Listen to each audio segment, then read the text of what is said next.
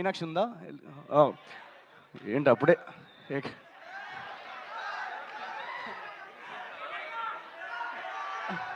ఈ గడ్డం లేని బ్యాచ్ అలా వెళ్ళిపోతారండి.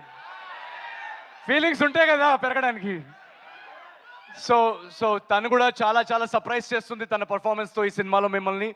So we are all very very excited at this point. And మీకు తెలుసు పండక్కి చాలా చాలా సినిమాలు వస్తున్నాయి. సో ఈసారి ఈసారి వెరీ వెరీ స్పెషల్ సంక్రాంతి. ఎందుకంటే అన్నీ నా ఫేవరెట్ హీరోల సినిమాలు అన్నీ ఒకేసారి రిలీజ్ అవుతున్నాయి.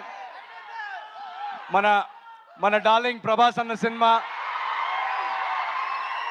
సో ఈ ఎనర్జీ మన డార్లింగ్ ప్రభాస్ అన్న సినిమాతో మొదలుపెట్టి గురువు గారు చిరంజీవి గారి సినిమాతో వెళ్ళి అక్కడి నుంచి అలా యూటర్న్ తీసుకొని మా సినిమాకి వచ్చి మీరందరూ అదే ఎనర్జీ మా సినిమాకి వచ్చి మీరు అందరూ అదే ఎనర్జీతో ఎంజాయ్ చేసి అటు రవితేజ గారి సినిమా కానీ వీళ్ళందరూ నేను స్క్రీన్ మీద మీలాగా నేను కూడా అక్కడ వెనకాల నుంచొని అరుపులు చేస్తూ బాగా గోల పెడుతూ వీళ్ళందరూ సినిమాలు చూసేవాడిని. అలాంటిది పండక్కి వీళ్ళతో నా సినిమా రిలీజ్ చేసే స్థాయికి తీసుకొచ్చిన మీరందరికీ పేరున మీ అందరికీ యు ఆర్ రియలీ మై జానే జిగర్స్. Thank you so much.